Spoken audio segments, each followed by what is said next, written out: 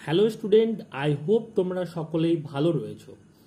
আজকে আমরা ডে 2 অর্থাৎ দ্বিতীয় দিনের যে টপিকগুলি কভার করব সেই টপিকগুলি তোমরা স্ক্রিনে অলরেডি দেখতে পাচ্ছ। তো যে টপিকগুলি আমরা আজকের ক্লাসে পড়ব সেই টপিকগুলি হলো ক্যারেক্টার সেট, টোকেনস, কিওয়ার্ডস।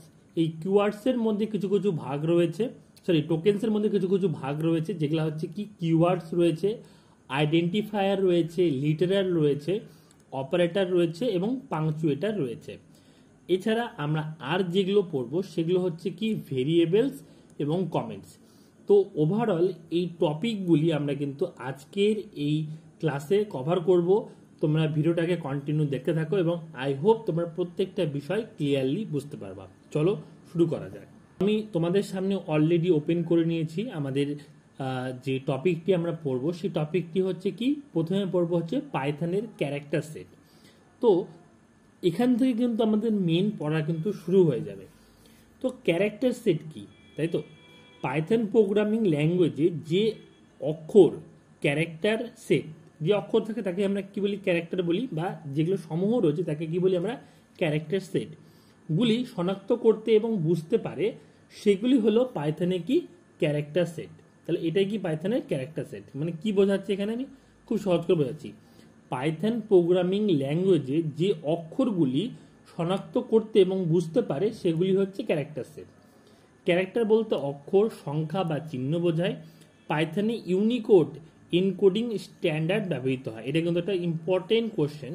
তাহলে তোমাদেরকে জানিয়ে রাখতে হবে যে পাইথনে যে স্ট্যান্ডার্ড কোডিংটি ব্যবহার করা হয় সেটা কিন্তু ইউনিকোড ব্যবহার করা হয়। তোমরা অলরেডি পড়ে এসেছো অ্যাসকি কোড, ইউনিকোড, তো পাইথনে কিন্তু ইউনিকোড ব্যবহার করা হয়। পাইথনে নিম্নলিখিত ক্যারেক্টার সেটগুলি কি কি, যেমন নাম্বার, যেটা হচ্ছে 0 থেকে 9 পর্যন্ত, অক্ষর যেটা হচ্ছে ক্যাপিটাল A to Z এবং স্মল a to Z। এছাড়া কি বিশেষ চিহ্ন বা স্পেশাল সিম্বল রয়েছে, যেমন স্পেস, প্লাস, মাইনাস, গুণ, ভাগ, তোমরা প্রত্যেকেই জানো এবং তোমরা কিন্তু অলরেডি বইয়ের মধ্যে দেখতে পাচ্ছ। এছাড়া কি রয়েছে, হোয়াইট স্পেস, যেমন কি ব্ল্যাঙ্ক স্পেস, যেমন স্পেস যেটাকে বলি আমরা ব্ল্যাঙ্ক স্পেস। তারপরে কি ট্যাব রয়েছে, যেটাতে আমরা হচ্ছে সেল চেঞ্জ করতে পারি বা জাম্প করতে পারি। নিউ লাইন অর্থাৎ হচ্ছে এন্টার, ক্যারেজ রিটার্ন অর্থাৎ হচ্ছে ব্যাক স্পেস, এগুলা কিন্তু রয়েছে। অন্য অন্য অ্যাসকি এবং ইউনিকোড ক্যারেক্টারও কিন্তু আমরা এই পাইথন প্রোগ্রামিং ল্যাঙ্গুয়েজে ইউজ করতে পারি। তো আমরা এখানে যেটা জানলাম পাইথনের যে সমস্ত ক্যারেক্টার সেটগুলি রয়েছে সেগুলো কি কি রয়েছে। ওকে, এটা কিন্তু আমাদের জানার বিষয় রয়েছে। এবার কি বলেছে, টোকেন্স। পাইথনে কি ধরনের টোকেন্স রয়েছে সেই টোকেন্সগুলো আমরা জানবো। টোকেন হলো পাইথন প্রোগ্রামিংয়ে ক্ষুদ্রতম উপাদান যা ইন্টারপ্রিটারের কাছে একটি অর্থ বহন করে। তাহলে কি, এটা একটা ক্ষুদ্রতম উপাদান যা ইন্টারপ্রিটারকে একটা গুরুত্বপূর্ণ অর্থ তুলে ধরে। এর মধ্যে রয়েছে কিওয়ার্ড, আইডেন্টিফায়ার বা নাম, লিটারাল বা ভ্যালু, অপারেটর, পাংচুয়েটার, টোকেন। এই সমস্তগুলো কিন্তু টোকেন্সের মধ্যে রয়েছে, যেটা আমরা একটু আগে দেখলাম। টোকেনগুলি আবিধানিক একক হিসাবে কাজ করে, পাইথন কোডের কাঠামোগত বিল্ডিং ব্লক হিসাবে কাজ করে। এগুলিকে কোডের অপরিহার্য উপাদান হিসাবে ব্যাখ্যা করা হয়, যা প্রোগ্রামের নকশা এবং কাঠামোকে অবদান রাখে। মানে মূল যদি আমরা বুঝতে চাই এখানে টোকেন্স কত ধরনের রয়েছে এবং কি কি রয়েছে, এটা কিন্তু আমাদেরকে ভালো মতন জানতে হবে। তাহলে দেখো কিওয়ার্ড কি কি, যেমন int, float, and, or, true, false, এগুলো হচ্ছে কিওয়ার্ড। আইডেন্টিফায়ার কি, sum, total, AB, A underscore 1, তারপর XYZ, এগুলো। লিটারাল কি 1 2 3, হ্যালো, তারপর ধরো 25.3, বা এগুলো হচ্ছে কিওয়ার্ড। অপারেটর কি, যে কোনো চিহ্ন যেগুলোতে আমরা ক্যালকুলেশন করতে পারি। পাংচুয়েটার কি, পাংচুয়েটারও কিছু স্পেশাল চিহ্ন যেটা দ্বারা কিছু বিশেষ অর্থ বোঝানো যায়। প্রত্যেকটা জিনিসই আমি তোমাদেরকে ইন ডিটেলসে আমি কিন্তু ব্রিফলি আলোচনা করব। এই টপিকগুলো সম্পর্কে যখন আমরা ডিটেলসে যাব বা প্র্যাকটিক্যালি শিখবো তখন কিন্তু আমরা এগুলো ইমপ্লিমেন্টেশনও শিখবো। ওকে, তো দেখো এবার আসি আমরা হচ্ছে কিওয়ার্ডে। তাহলে কি বলেছে, কিওয়ার্ড হলো এমন কিছু সংরক্ষিত শব্দ যা প্রোগ্রামিং ল্যাঙ্গুয়েজের নিজস্ব কিছু বিশেষ অর্থ বহন করে। স্বাভাবিক ভেরিয়েবল বা আইডেন্টিফায়ারগুলির নামকরণে এই কিওয়ার্ডগুলি ব্যবহার করা যায় না। এটা কিন্তু খুব ইম্পর্টেন্ট বিষয়। মানে কি, কিওয়ার্ড বলতে কিছু সংরক্ষিত ওয়ার্ড, যেটা কিন্তু আমরা কিন্তু পাইথন প্রোগ্রামিং ল্যাঙ্গুয়েজের ক্ষেত্রে আমরা ভেরিয়েবল বা আইডেন্টিফায়ারের ক্ষেত্রে ইউজ করতে পারি না। এবার তোমাদের মনে কোশ্চেন আসবে যে স্যার আইডেন্টিফায়ার কি বা ভেরিয়েবল কি, সেটাও কিন্তু আমরা একটু পরেই জানবো যে আইডেন্টিফায়ার এবং ভেরিয়েবল কি। এবার এখানে আমরা বুঝি কিওয়ার্ডটা কি। কিওয়ার্ড বলতে ধরে নাও কিছু বিশেষ শব্দ, যেমন ধরে নাও ইফ, তারপরে হচ্ছে এলস, এলিফ, অর, তারপরে নট, এগুলো হচ্ছে কিছু বিশেষ বিশেষ শব্দ রয়েছে, যেটা হচ্ছে টোটাল পাইথনের 33টা রয়েছে। এই 33টা আমাদের হচ্ছে কিওয়ার্ড, আমরা অন্য কোনো জায়গায় ভেরিয়েবল বা আইডেন্টিফায়ার হিসেবে ইউজ করতে পারবো না। তবে এর কিছু বিশেষ গুরুত্ব রয়েছে, যে জন্য এটাকে আমরা হচ্ছে রিজার্ভ করে রেখেছি, যেটা আমাদের স্পেসিফিক কাজে হেল্প করবে। মোটামুটি এটুকুনি বোঝো, বাদ বাকি ডিটেলসগুলো কিন্তু আমরা যখন প্র্যাকটিস করব বা যখন আমরা আর একটু এগিয়ে যাব তখন কিন্তু আমরা বুঝতে পারবো। তাহলে তোমাদের কিন্তু 33টা কিওয়ার্ড সরাসরি মুখস্থ করতে হবে না, আস্তে আস্তে আমরা যখন প্র্যাকটিস করব এমনিই মুখস্থ হয়ে যাবে। তো যেটা খুব কমন, যেমন ইফ, তারপরে ফর, এগুলো তোমরা অলরেডি শুনে এসেছো। তো এগুলা কিন্তু আমাদের আস্তে আস্তে জানতে হবে। ওকে, এবার দেখো আইডেন্টিফায়ার। আইডেন্টিফায়ার মানে কি, আমরা আইডেন্টিফাই করতে পারি যেরকম, সেটাই হচ্ছে আইডেন্টিফায়ার, মানে যার দ্বারা আমরা কিছু বুঝতে পারি, সেটা হচ্ছে আইডেন্টিফায়ার, এবং যেটা কি ইউনিক হতে হবে। কি বলছে, একটি আইডেন্টিফায়ার হলো প্রোগ্রামে ব্যবহৃত একটি ভেরিয়েবল, ফাংশন, ক্লাস, মডিউল বা অন্য অবজেক্টের নাম। আইডেন্টিফায়ার কোড এই বস্তুগুলি শনাক্ত করতে এবং উল্লেখ করতে ব্যবহৃত হয়, যেমন সাম, টোটাল, মাই ফাংশন। মানে আইডেন্টিফায়ার বলতে কি, খুব যদি সহজ করে বলি, যে আমাদের প্রত্যেকটা যে নাম দিব বা ধরে নাও আমরা যার দ্বারা শনাক্ত করব, সেটাই হচ্ছে আইডেন্টিফায়ার। তাহলে কি এখানে বলেছে দেখো, আইডেন্টিফায়ারের বৈশিষ্ট্য, আইডেন্টিফায়ার সর্বদা ইউনিক হতে হবে। যদি ধরুন আইডেন্টিফায়ার আমরা ইউজ করি এবিসি, এটা একটা আলাদা আইডেন্টিফায়ার, আর এটা একটা কিন্তু আলাদা আইডেন্টিফায়ার। যদি আমি লিখি দ্বীপ, ঠিক আছে, তাহলে এই দ্বীপ লেখাটা একটা আলাদা আইডেন্টিফায়ার, আর এই দ্বীপ লেখাটা কিন্তু একটা আলাদা আইডেন্টিফায়ার হিসেবে চিহ্নিত করা হবে।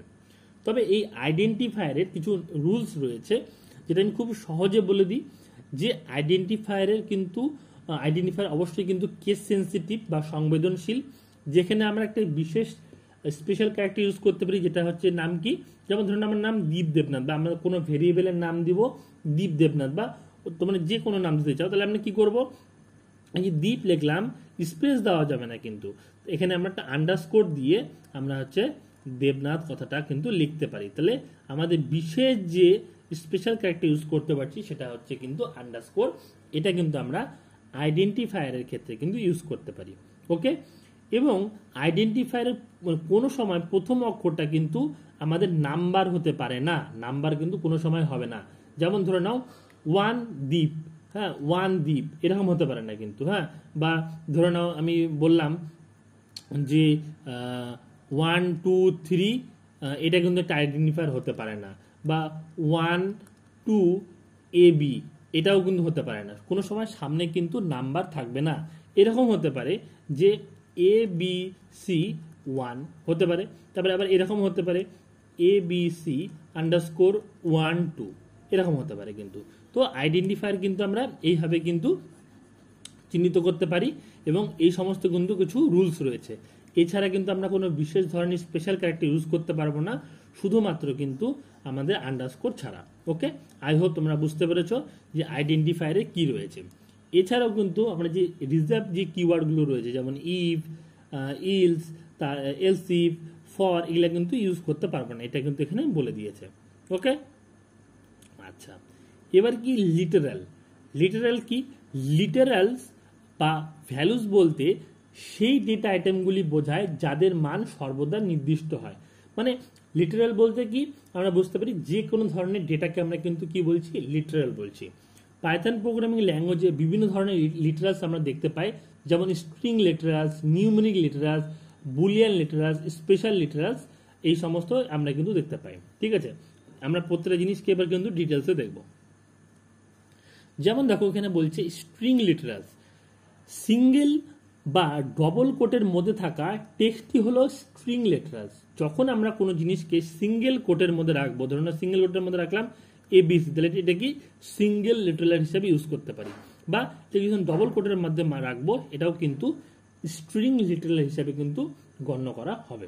আই হোপ বুঝতে পেরেছো। আমরা কোনো নাম্বারকেও রাখতে পারি, তখন কিন্তু সেটা হচ্ছে কিন্তু লিটারালের মধ্যে চলে আসবে। ওকে, এবার কি বলছে,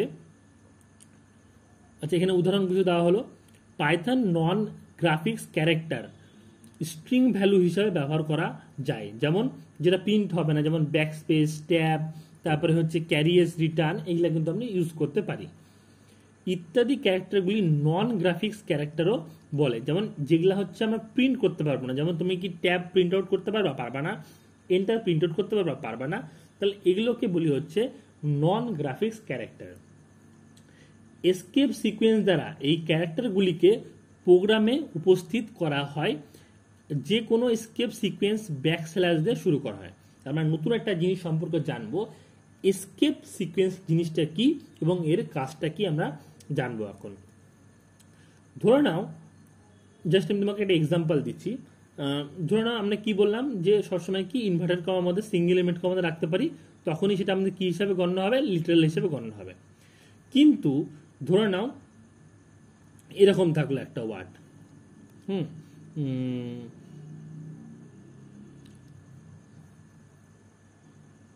আই, ধরে নাও, আচ্ছা এটাকে মুছি, ধরে নাও এরকম থাকলো, এইরকম থাকলো। ওকে, এবার পাইথন প্রোগ্রামিং কিন্তু কনফিউজ হয়ে যাবে। আমরা ধরে নাও একটা স্ট্রিং লিটারাল দিচ্ছি যেখানে আমরা টাইপ করেছি ইটিস, এটা ইটিসটা কি এরকম, তো ইটিস, কিন্তু আমরা inverted comma single inverted comma দিয়েছি, তখন পাইথন কিন্তু কনফিউজ হয়ে যাবে, এই রে বাবা এটা কি দিল রে, কোনটা প্রিন্ট আউট করবো কোনটা প্রিন্ট আউট করবো না। তখন আমরা যদি এটাকে এই ইনভার্ট কমাকে যদি প্রিন্ট আউট করতে চাই, তখন কিন্তু আমরা ব্যাকস্ল্যাশ ইউজ করতে পারি, তখন কিন্তু আমাদের কি হবে, এই যে ইনভার্ট কমা রয়েছে এটাকে কিন্তু এসকেপ করে এটাকে কিন্তু প্রিন্ট করে দেবে। অথবা আমরা যদি এটাকে খুব সহজে সলভ করতে চাই, তাহলে কি করতে পারি, ডবল ইনভার্ট কমা দিতে পারি, ইট সিঙ্গেল ইনভার্ট কমা দিয়ে ইস টাইপ করলেও কিন্তু হয়ে যাবে। কিন্তু এটা কিন্তু সলিউশন না, এটা কিন্তু অ্যাকচুয়াল সলিউশন। কারণ কি, ধরো না এমন সময় অনেক জায়গায় হতে পারে যে আমরা সিঙ্গেল দিয়ে কাজ করছি, আমার ডবলের প্রয়োজন হলো, ডবল দিয়ে কাজ করছি আমাদের, তখনও ডবলের প্রয়োজন হলো, তখন কি করব, তো তার জন্য কিন্তু আমাদের এই ব্যাকস্ল্যাশের উদ্ভাবনা হয়েছে, যেটা কিন্তু আমাদের খুব ভালোভাবে কাজ করে। তো এটা তোমার হচ্ছে ডবল ব্যাকস্ল্যাশ, তারপরে হচ্ছে সিঙ্গেল কোটেশন, ডবল কোটেশন, তারপরে হচ্ছে যদি আমরা কোনো নিউ লাইন তৈরি করতে চাই, মানে এন্টারের কাজ যদি করাতে চাই, তখন হচ্ছে নিউ লাইন চলে আসে। আর কি, ক্যারিয়েস রিটার্ন, ধরে নাও ক্যারিয়েস রিটার্নটাই বলবো কি, ক্যারিয়েস রিটার্নটা খুব কঠিন বিষয়, একটা প্র্যাকটিক্যাল ছাড়া বোঝানো একটু টাফ হয়ে যাবে। তো ক্যারিয়েস রিটার্নটা আমি তোমাদেরকে যখন আমি প্র্যাকটিক্যাল করাবো তখন তোমাদেরকে আমি দেখিয়ে দেবো যে ক্যারিয়েস রিটার্নটা কি করে ইউজ করি। মানে কোনো জিনিসকে এসকেপ, মানে ক্যারিয়েস রিটার্ন বলতে ধরো তোমাকে এখানে বোঝাচ্ছি, ধরে নাও একটা হচ্ছে আমি কিছু ইসে করবো, ধরে নাও আই এম, ঠিক আছে। এবার যদি আমি এখানে ব্যাকস্ল্যাশ আর লিখি, তাহলে কি আইটা স্কিপ করে দিবে, আইটাকে কি করবে, স্কিপ করে দেবে, স্কিপ করে শুধু এমটাকে প্রিন্ট আউট করবে, ঠিক আছে। তো এই ক্ষেত্রে কিন্তু ক্যারিয়েস রিটার্ন ইউজ করা হয়। আর হচ্ছে হরাইজেন্টাল ট্যাব, মানে ধরে নাও আমরা একটা হচ্ছে স্পেসের মতন দিব, গ্যাপ বাড়াবো, তখন হচ্ছে আমরা হচ্ছে ব্যাকস্ল্যাশ টি দিই।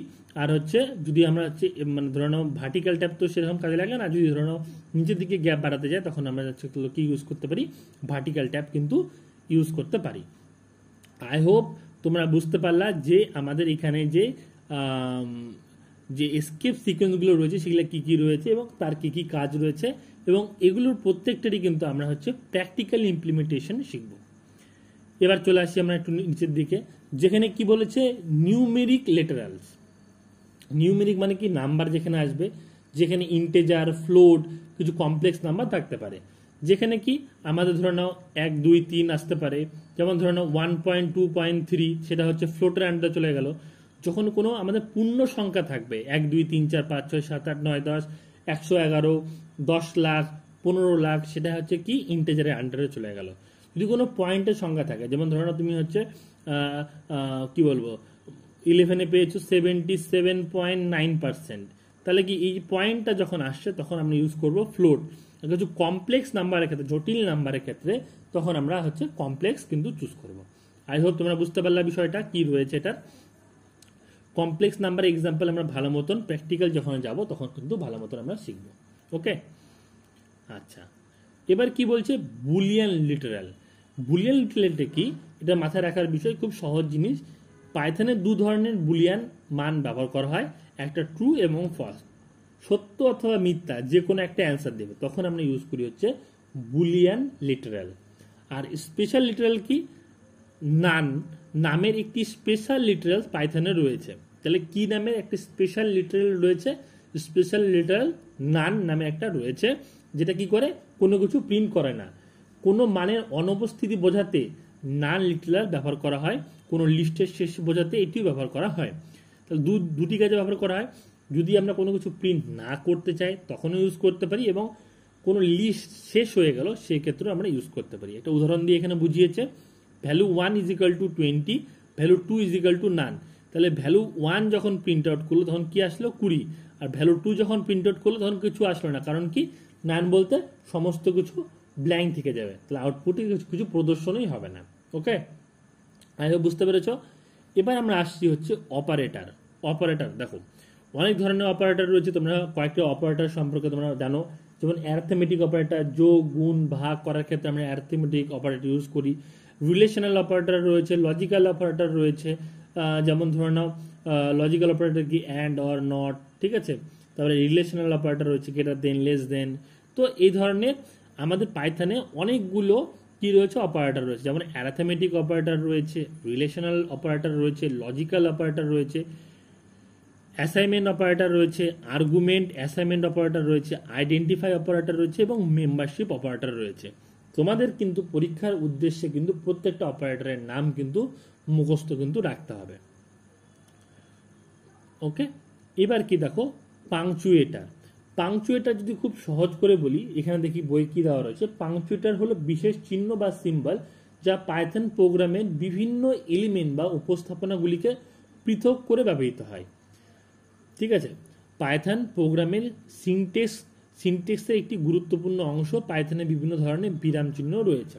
আমি যদি খুব সহজ করে বলি পাংচুয়েটারটা কি, পাংচুয়েটার হচ্ছে কিছু বিশেষ চিহ্ন যার দ্বারা আমরা কোনো স্পেসিফিক টাস্ক পাইথনকে দিয়ে আমরা করাতে পারি। যেমন তোমরা জানো, যেমন এখানে যদি আমরা দেখি প্যারেনথেসিস বা ফার্স্ট ব্র্যাকেট যেটা রয়েছে, আমরা যদি বোর্ড মাস রুলস অ্যাপ্লাই করি তাহলে কি আমরা জানি ব্র্যাকেটের কাজ ফার্স্টে হয়। তাহলে এখানে কি 2 + 2 আগে 4 হবে, দেন আমাদের ইনটুর কাজ শুরু হবে। তো প্রত্যেকটা স্পেসিফিক কাজ, স্পেসিফিক টাস্ক করানোর জন্য কিন্তু আমরা পাংচুয়েটার ইউজ করে থাকি। যেমন কি রয়েছে, প্যারেনথেসিস রয়েছে, ব্র্যাকেট রয়েছে, তারপরে হচ্ছে ব্রেসেস রয়েছে, মানে সেকেন্ড ব্র্যাকেট রয়েছে। হ্যাঁ, তাহলে কি এটাকে তালিকা বা লিস্ট সংজ্ঞায়িত করতে আমরা ব্যবহার করে থাকি। তবে এটা কি গ্রুপ বা কোনো ফাংশনকে সংজ্ঞায়িত করতে বা টুপল তৈরি করতে ইউজ করে থাকি। টুপল কি, গ্রুপ কি, এগুলো প্রত্যেকটা জিনিস আমরা কিন্তু প্র্যাকটিক্যালি শিখব।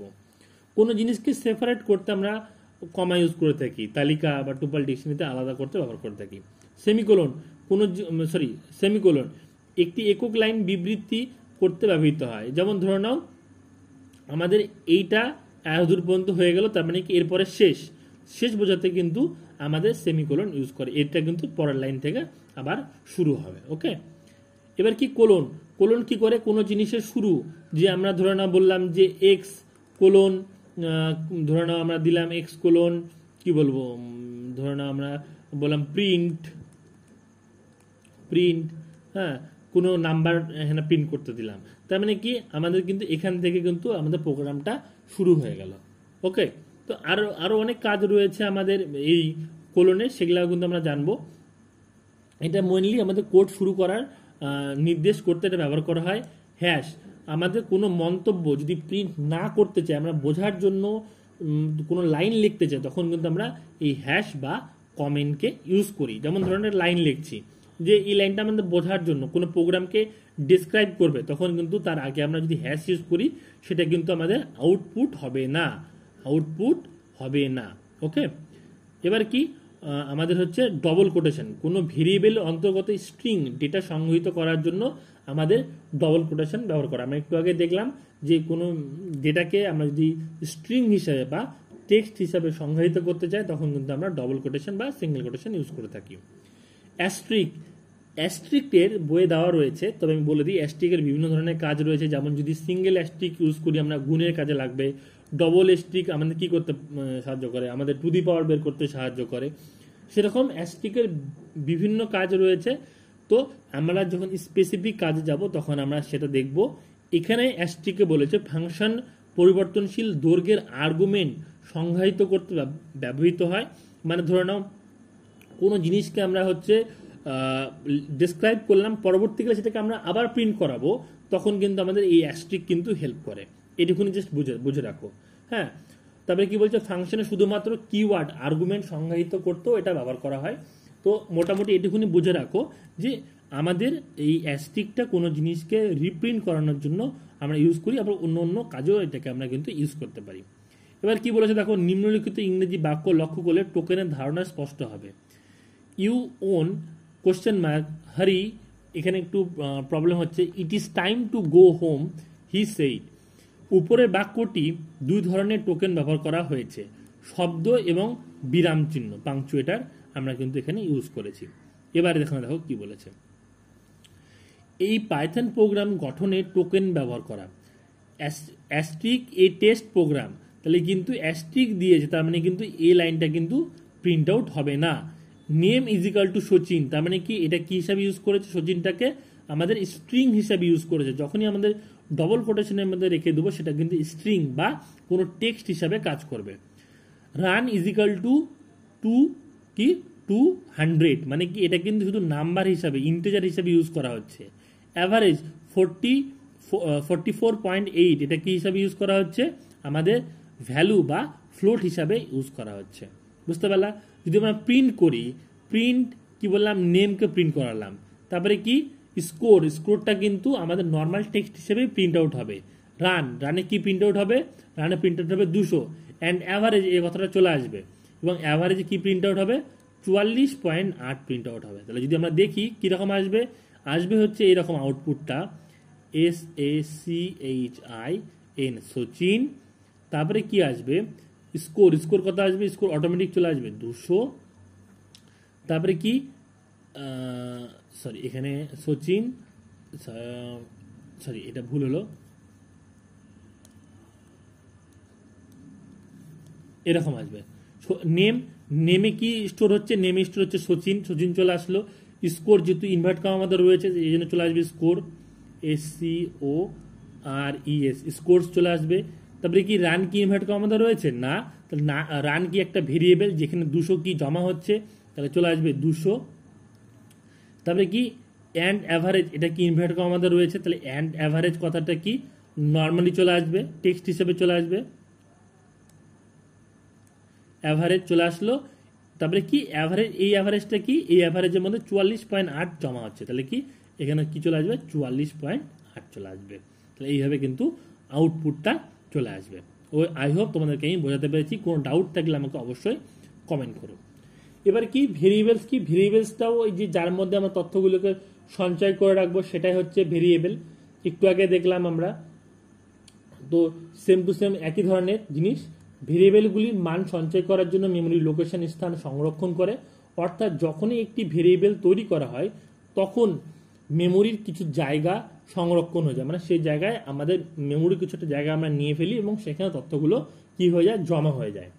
পাইথনে স্পষ্টভাবে কোনো ভেরিয়েবল তার ধরন সহ ঘোষণা করার প্রয়োজন হয় না। মানে কি, যে আমি বললাম নাম ইজিক্যাল টু 10, বলতে হবে না কি ধরনের আমাদের এখানে তথ্য স্টোর করবো, অটোমেটিকলি বুঝে যাবে যে এটা হচ্ছে ইন্টিজার টাইপের, এটা এখানে স্টোর হবে।